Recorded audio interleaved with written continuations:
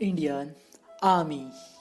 जब भी लेता हूँ ये नाम भीग जाते हैं मेरे नयन, क्योंकि ये ना हो तो शायद कभी आबाद ना रहे मेरा वतन।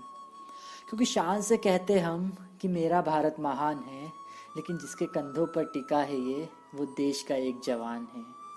तो ये है किस्सा भारत के हर उस सिपाही का जो है लाडला अपनी माई का। कुछ पुण्य तो ज़रूर किए होंगे उसके अपनों ने, जो उन्हें मिला है ऐसा बेटा जो देखा होगा उन्होंने अपने सपनों में। तो जैसे जैसे हुआ वो बड़ा, घर वालों को भी पूछना ये पड़ा कि क्या करेगा तू ऐसा काम जिससे ऊंचा होगा हम सबका नाम। पर उन्हें क्या पता था कि उसने तो अपने मन में कुछ और ही ठाना है, जिसे पाने के लिए उसे आप सबसे दूर जाना है। जब उसने बताया कि उसे बनना है एक सिपाही, उसके घर में उस दिन एक चुप्पी सी थी छाई। लेकिन जब उसने अपने घर वालों के सामने किया ये इकरार कि यही है इकलौता मेरा प्यार, तो घर वाले भी उसके हुए राजी, क्योंकि उसे लगाना थी देश के लिए अपनी जान की बाजी। फिर जैसे जैसे उसकी उम्र आगे थी बढ़ी, उसने मेहनत की और भी कड़ी। उसका सिर्फ एक ही डर था कि कहीं ये सपना न रह जाए अधूरा। लेकिन फिर एक दिन आया जब उसका ये सपना भी हो गया था पूरा। जब समय आया उसे विदा करने का तो उसकी माँ बहुत रोई थी, और कई दिनों तक चैन की नींद भी ना सोई थी।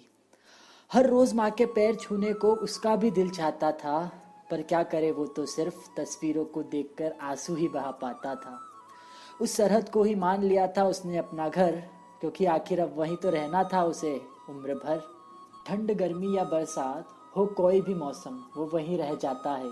ऐसे ही थोड़ी वो एक फौजी कहलाता है। जब उसे उसके फौजी भाइयों का साथ था तो उसके लिए क्या दिन और क्या रात था। पर सरहद पर हुआ जब गरम थोड़ा मामला, आतंकियों का हुआ था एक हमला। उसकी फौज पर आतंकियों ने किया जब वार, उन सब ने उन्हें दिया मुंह तोड़ जवाब, क्योंकि उन सबको था भारत माँ से प्यार। पर आतंकी बिल्कुल भी नहीं थे मेहरबान, अभी अभी शहीद किए थे उन्होंने दो जवान। ऐसे में ना जाने कैसे उसकी माँ को हुआ ये आभास कि कोई नहीं है मेरे बेटे के पास। जब पिछली बार हुई थी उसके अपने बेटे से बात, उसने सिर्फ पूछा था एक ही सवाल, दिवाली पर घर तो आओगे ना इस बार। उसने दिया था एक ही जवाब कि हाँ माँ, इस बार घर पर आना तो मेरा भी है ख्वाब। वैसे तो मैंने डाल दी है छुट्टी की अर्जी, बस इस बार बड़े साहब की देखो क्या हो मर्जी। उसका जवाब आते ही सबसे पहले आपको बताऊंगा, यह हुआ तो सीधा घर ही चले आऊंगा। क्योंकि आखिर घर उसे भी तो जाना था, अपने परिवार अपने दोस्तों के और करीब जो आना था।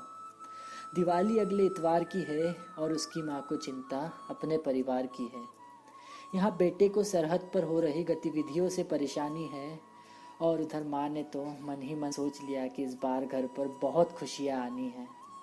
उसकी माँ ने तो ये तक सोच लिया था कि इस बार उसके हाथ पीले कर कर ही भेजूंगी, और उसकी भागदौड़ किसी और के हाथों में दे दूंगी।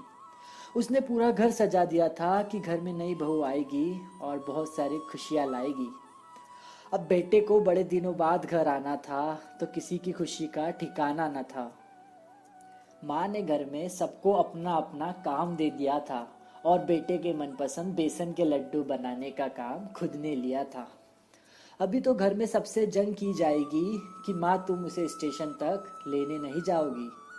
हमें भी तो कुछ करने दो उसे लाने के लिए, तब तक आप तैयारी करना ना आरती की थाली मनाने के लिए।